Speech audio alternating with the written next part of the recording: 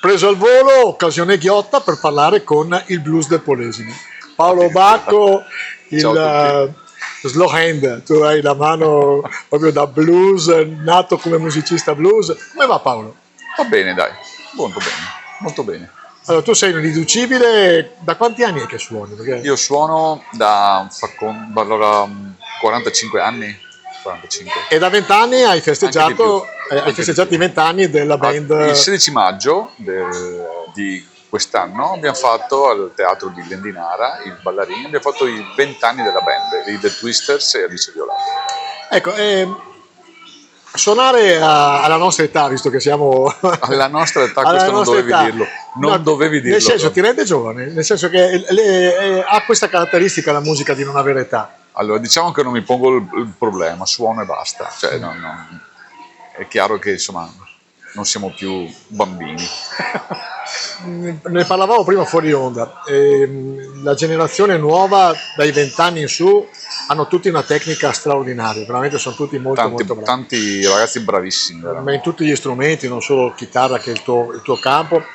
E- Però c'è una grande professionalità e molto meno cuore.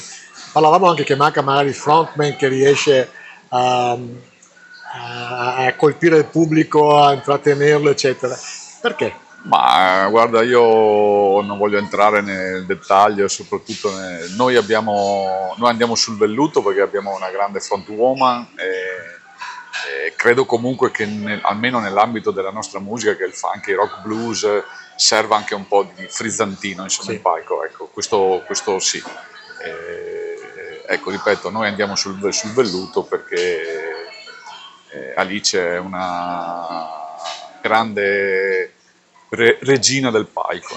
Ecco, tu mi dicevi prima che non si smette mai poi di studiare, nel senso che No, un musicista non si può permettere di star ma fermo. io lo faccio perché mi piace proprio, mi prendo il mio tempo, mi metto lì e studio sempre.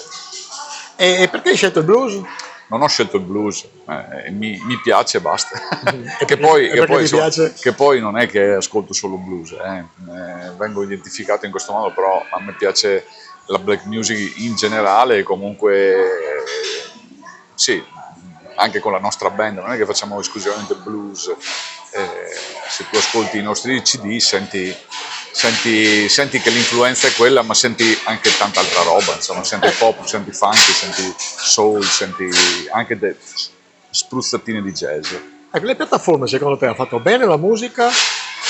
Certo, più musica fruisce meglio è, che poi abbiano fatto bene, abbiano fatto male, forse dipende anche sempre dall'utilizzo che se ne fa e sia come fruitori che come distributori. Però per contro è sempre più difficile farlo come professione. Ma diciamo che non so quanti siano quelli che riescono insomma, a vivere di concerti senza avere magari un'attività da insegnante piuttosto che... sì, non è facile, insomma, non è un periodo facile per chi fa musica, ecco, quello sicuramente sì.